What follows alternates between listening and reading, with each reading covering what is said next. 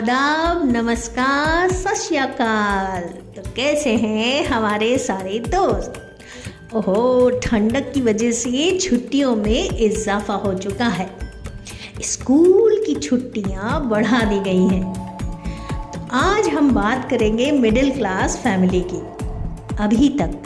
अभी तक मेरे चैनल को सब्सक्राइब नहीं किया है तो जल्दी से सब्सक्राइब करके लाइक कर दीजिएगा और पास में बेल के बटन को भी प्रेस कर लीजिएगा ताकि आप मेरा कोई भी वीडियो मिस ना करें। तो चलिए बात करते हैं मिडिल क्लास की। एक कहानी सुनाती हूँ। एक राहुल नाम का लड़का था। उसकी उम्र 27 साल थी। उसने इंजीनियरिंग की और उसको जॉब भी मिल गई साहब। घर में खुशी का माहौल था। उसके पापा बैंक में क्लर्क थे जो रिटायर हो चुके थे। उन्होंने अपनी सारी जमा पूंजी बेटी की शादी और राहुल को इंजीनियर बनाने में लगा दी थी और कुछ थोड़े लोन्स भी लिए थे। जब राहुल की जॉब लगी तो वो उससे बहुत खुश हो गए। अब होता क्या है कि 3 साल जुट के राहुल ने नौकरी की। इन 3 सालों में राहुल ने EMI पर एक खूबसूरत घर और चमचमाती गाड़ी ले ली थी। उसके घर वालों के साथ साथ आस पड़ोस और नाते रिश्तेदार भी बहुत खुश थे। देखो भाई, राहुल ने 3 साल में कितनी तरक्की कर ली। मगर राहुल पे बेचारे पे क्या बीत रही थी। EMI भरते भरते ये कोई नहीं देख पा रहा था और ना ही जान पा रहा था। उसकी तनख्वाह 1 लाख रुपए महीना थी। 30,000 घर की EMI और 12,000 गाड़ी, यानी 38,000 और 38,000 ज़रूरियात पर खर्च करके उसके पास बस 20,000 घर के खर्च के लिए बच पाते थे।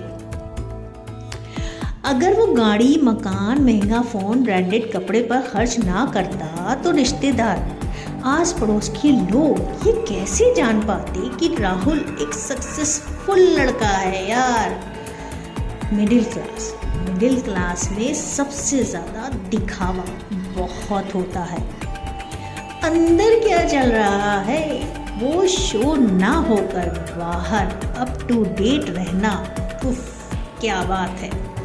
अंदर कंधों पर कितना बोझ है ये कोई न जान पाए। बस सब कुछ देखने में बिल्कुल शानदार लगे। अब राहुल के घर वालों को उसकी शादी करनी थी साहब।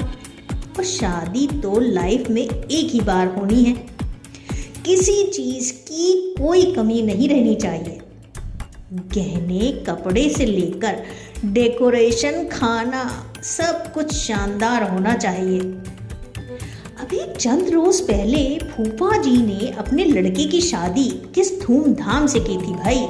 यादगार शादी थी भाई, यादगार। सोचो फूफा जी भी सरकारी रिटायर्ड थे मगर कई एक लोन लिए और शादी दिल खोल कर की थी। राहुल के पापा भी राहुल की शादी में किसी किस्म की कोई कमी छोड़ने वाले नहीं थे भाई। अब जबकि पापा कह चुके थे कि राहुल इज्जत का सवाल है, राहुल भी कहाँ पीछे हटने वाला था। आखिर उसे भी अपनी शादी यादगार जो बनानी थी यार। उसने भी 10 लाख का पर्सनल लोन ले लिया। पापा की इज्जत का सवाल था भाई। अब उसकी EMI 55,000 हो गई। प्री वेडिंग शूट से लेकर हनीमून तक की प्लानिंग कर ली गई थी। सब शादी हो गई। राहुल 2 बच्चों का बाप बन गया और 40 साल का होते होते वो वर्कलोड के तहत EMI भरते भरते सर के बाल उड़ जाने से 55 साल का नजर आने लगा था। उसने भी अपने बेटे के लिए इंजीनियरिंग का ही ख्वाब देखा था ताकि वो भी समाज में स्टेटस के तहत सक्सेसफुल मैन कहलाए। अब जरा सुनिए, एक और लड़का था रोहित। उसकी कहानी क्या थी?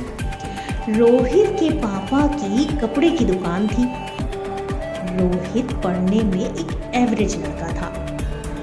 पढ़ाई के बाद वो अपने पापा के साथ दुकान पर भी बैठा करता था। यानी ये कहा जा सकता था कि हालत अच्छी थी, दुकान अच्छी चल रही थी, अच्छे से गुजारा हो रहा था भाई।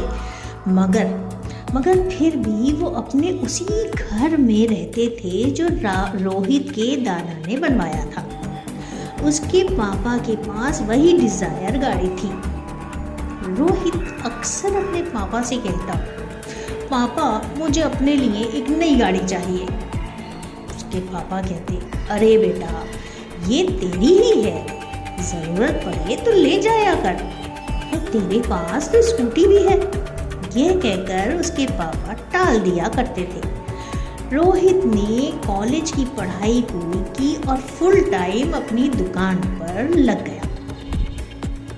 साहब कुछ साल बाद उसके दोस्तों ने एक सस्ती प्रॉपर्टी हाईवे पर बताई। उसने अपने पापा से इस सिलसिले में बात की। उसके पापा को प्रॉपर्टी समझ में आ गई और रोहित ने वो खरीद ली।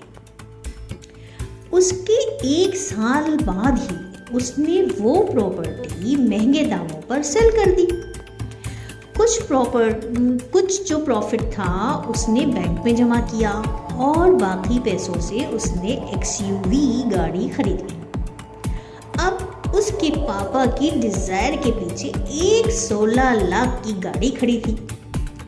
ऐसे ही धीरे धीरे रोहित ने कई प्रॉपर्टीज बना ली थी, मगर अभी भी वो लोग अपने उसी पुराने मकान में रहते थे। अब बताइए आपके कुछ समझ आया कि नहीं, या अभी भी नहीं आया है? दोस्तों आपकी दोस्त बेनज़ीर 8 ऐसी गलतियां बताने जा रही है जिससे हिंदुस्तान का मिडिल क्लास फाइनेंशियली फ्री हो ही नहीं पाता है। पहली गलती है, शादी हो रही है या बर्बादी हो रही है।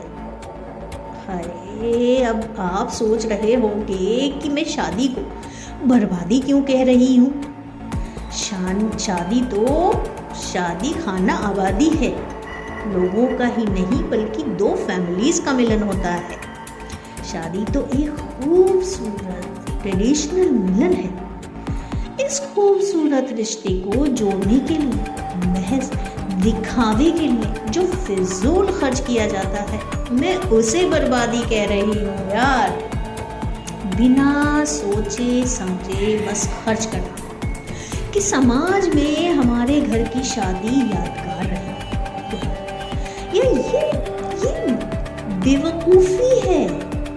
इतना डेकोरेशन, कपड़े, ज्वेलरी और तरह तरह के खाने बनवाकर जो फिजूल खर्च किया जाता है ना रिश्तेदारों और समाज में, बस दिखावे के लिए, वो भी उधार और लोन लेकर, क्या ये समझदारी है? नहीं यार, ये समझदारी नहीं है भाई। शादी तरीके से अपनी चादर में रहकर भी बहुत अच्छे से करी जा सकती है।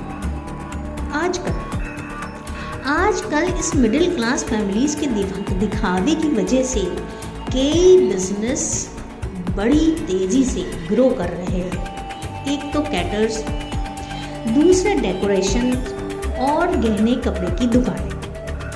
इस चक्कर में मिडिल क्लास फैमिली का बजट डगमगा जाता है।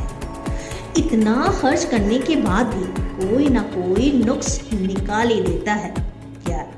दूसरी गलती मिडिल क्लास फैमिली की, आजकल ऑनलाइन सामान इतना मंगवाया जा रहा है कि यार पूछो ही नहीं।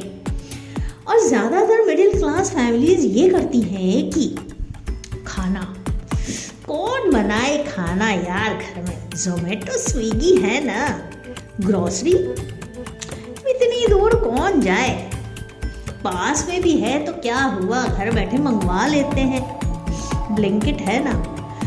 अरे और वहीं बड़ी बड़ी चीज़ें जैसे वॉशिंग मशीन, डिश वॉशर और क्या कहते हैं OTG और माइक्रोवेव और जाने क्या क्या घर बैठे बैठे आप ऑनलाइन मंगवा सकते हैं। इसके लिए अमेज़ॉन है ना। आपको पता है भारत दुनिया का सेकंड ई-कॉमर्स मार्केट है। लगभग 8 मिलियन कंज्यूमर्स हैं। 124 लाख करोड़ से ज़्यादा का ट्रांजैक्शन होता है यहाँ। हैरान करने वाली बात यह है कि इसका ज़्यादा 60% पार्ट 2 टायर सिटीज़ और स्मॉल टाउन से आता है, यानी 80% मिडिल क्लास फैमिलीज से आता है। लोग ऑनलाइन फैसिलिटीज़ के इतने दीवाने हो चुके हैं कि पास की शॉप पर जाकर सामान लाने के बजाय ऑनलाइन पेमेंट करके घर में मंगवा लेते हैं। वाह भाई वाह। यार एक बात बताओ, आप लोग ने ये सोचा कभी कि US वगैरह में ये फैसिलिटीज़ किस लिए शुरू की गई थी? मैं बताऊं, इसलिए कि वहाँ पर मार्केट और शॉप्स दूर दूर जगहों पर है। हमारे हिंदुस्तान की तरह थोड़ी कि हर गली बाजार आसपास मिल जाता है। ग्रोसरी कहो, सब्जी कहो और राशन की दुकानें हर गली नुक्कड़ पे मिलते हैं यार हिंदुस्तान में। देखा जाए तो हमें ऑनलाइन पेमेंट करके घर बैठे सामान मंगवाने की ज़रूरत ही नहीं है। कुछ रोज पहले ही राहुल कावड़ा की पोस्ट सोशल मीडिया पर वायरल हुई थी। आप लोगों ने देखी ही होगी। उन्होंने सेम रेस्टोरेंट से ऑनलाइन ऑफलाइन 2 बिल पोस्ट किए थे। उन बिल्स के रेट्स में काफ़ी फर्क था। उन्होंने एक रेस्टोरेंट से खाने की चीज़ ऑनलाइन रेट पर मंगवाई और फिर वहाँ जाकर वही सेम चीज़ खुद से खरीदी। अब देखो यारो, वही चीज़ ऑनलाइन 75 रुपये का डिस्काउंट कूपन लगाने के बाद 689 रुपीज़ में घर आई। तो दूसरी ओर वही चीज़ जाकर लेने पर GST वगैरह लगाने के बाद भी 512 रुपये की ही मिली। अब देखो, अब बताओ 100 से 150 रुपये हम एक्स्ट्रा दे रहे हैं कि नहीं दे रहे हैं? सोचने की बात है। 100-150 रुपये माना कि आपके लिए कोई मायने नहीं रखते, लेकिन 100-150 रुपये की भी अहमियत होती है। क्यों? क्योंकि वो आपकी मेहनत की कमाई है।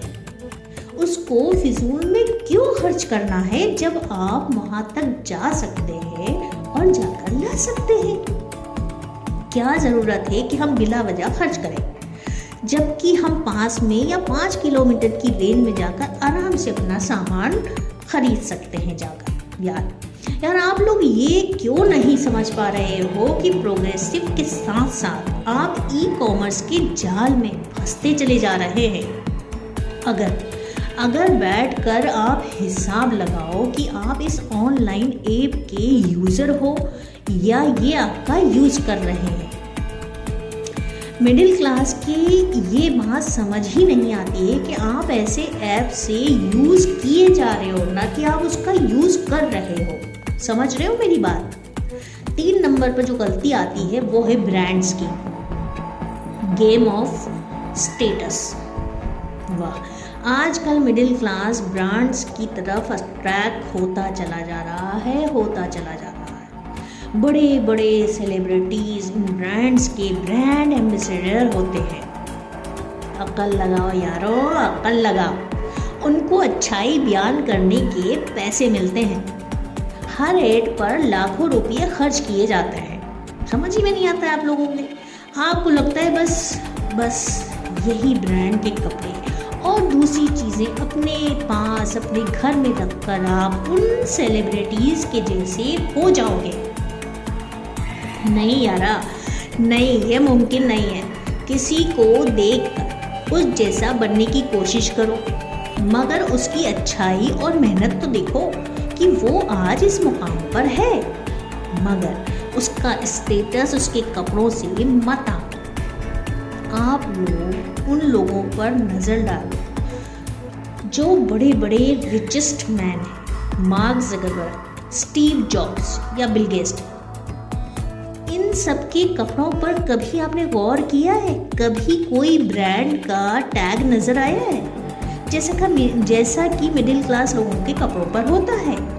गौर कीजिएगा जनाब, जो सुपर रिच होते हैं ना, वो दिखावा नहीं करते हैं, और मिडिल क्लास फैमिली में थोड़ा सा पैसा आया नहीं कि शो ऑफ करने लगेंगे, ब्रांड की ओर दौड़ते नजर आते हैं। लोकल मार्केट और इंडियन ब्रांड को अपनाना चाहिए ताकि हमारा देश भी तरक्की कर सके। चौथी गलती, उधार, यानी घर, गाड़ी, घर का रेनोवेशन सब लोन लेकर करवाना। लोन एक तरह का उधारी है जो चुकाना ही पड़ेगा। लोन लेकर इंटरेस्ट भरना ये मिडिल क्लास का ढर्रा बन चुका है। ऐसे इंटरेस्ट देकर आप अपनी ही जेब खाली करते हो। लोन लेने से बेहतर है कि आप 5,000 जो EMI बन रही है उसको लगा दो। आपको पैसे मिलेंगे, ना कि फिजूल में आपका खर्च बढ़ेगा। पांचवी गलती जो मिडिल क्लास की होती है, पढ़ाई की लड़ाई। मेरा बेटा बड़ा होकर डॉक्टर, इंजीनियर ही बनेगा, उसका सिक्योर फ्यूचर होगा। अरे अच्छे स्कूल, कॉलेज और कोचिंग में ज़मीन जायदाद बेचकर पढ़ाने और लोन लेकर पढ़ाने के लिए बिल्कुल तैयार रहते हैं। आजकल तो एजुकेशन लोन भी मिलता है साहब।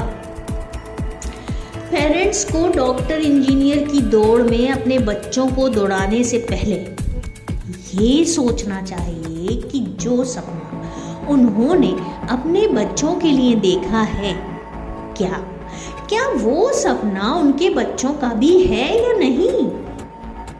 कुछ पेरेंट्स अपने बच्चे को जबरन इस दौड़ में शामिल करते हैं।